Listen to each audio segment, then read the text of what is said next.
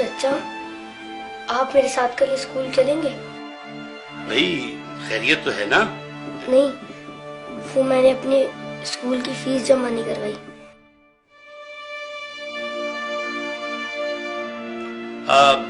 بیٹا تم کیا کرو گے اسکول پڑھ کے؟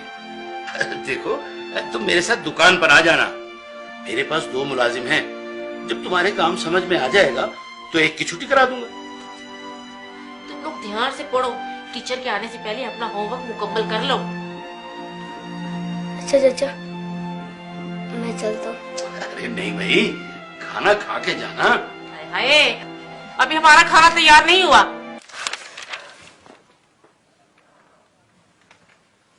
یا رسول اللہ، جب سے میرے ابو فوت ہوئے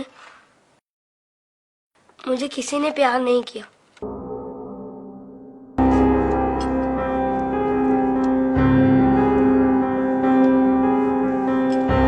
لوگ مجھے لاوارث سمجھتے ہیں، مگر یتیموں کے وارث تو آپ ہیں۔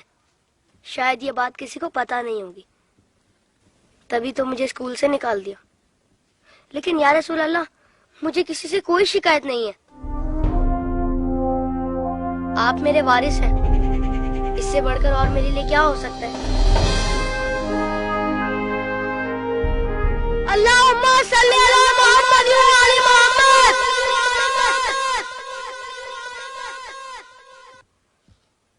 اپنی ولادت کے موقع پر میرا یہ درود شریف قبول فرمائیے۔ سنا ہے آپ اپنے نوازوں سے بہت پیار کیا کرتے تھے۔ امام حسن علیہ السلام اور امام حسین علیہ السلام کو کندھوں پر بٹھا کر سیر کرایا کرتے تھے۔ آپ امام حسین علیہ السلام کے گلے کے بوسے لیا کرتے تھے اور روتے تھے۔ آپ کو پہلے سے علم تھا نا کہ امام حسین علیہ السلام کے گلے کو کاٹا جائے گا؟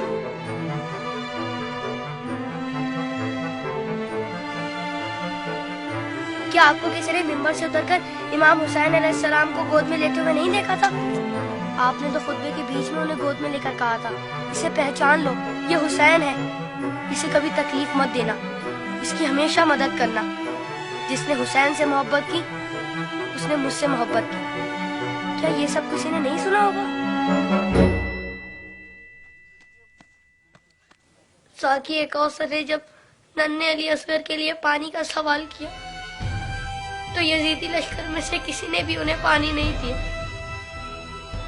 یا رسول اللہ آپ کی خاطر بھی نہیں دیا انہیں، اور 6 ماہ کا بچہ کتنا پانی پی لیتا؟ چند قطرے۔ حرملہ نے 3 منہ والا ایسا تیر چلایا جس نے شہزادہ علی اصغر کو ایک کان سے لے کر دوسرے تک ذبح کر دیا۔ تیر کتنا بڑا تھا آپ کو تو پتہ ہی ہوگا۔ تیر لگنے پر شہزادہ علی اصغر روئے ہوں گے، کٹے ہوئے گلے کو دیکھ کر مولا حسین بھی روئے ہوں گے۔ ننھے شہزادے کی لاش کو لے کر کبھی مولا آگے بڑھتے تو کبھی پیچھے ہٹ جاتے۔ جب شہزادے کو ماں کی گود میں رکھا ہوگا تو تیر چھپا دیا ہوگا۔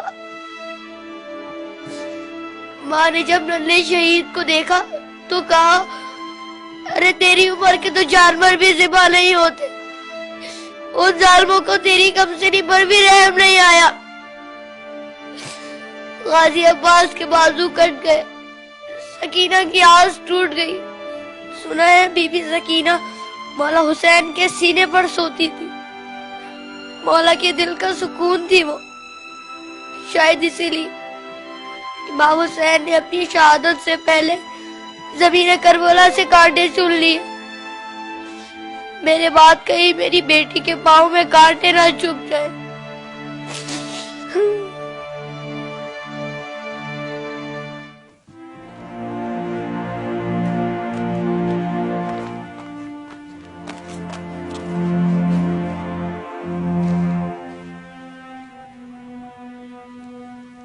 مولا حسین جب قاسم کی لاش لینے میدان میں گئے تو 3 دفعہ پکارا، تینوں ہی دفعہ جواب نہیں آیا۔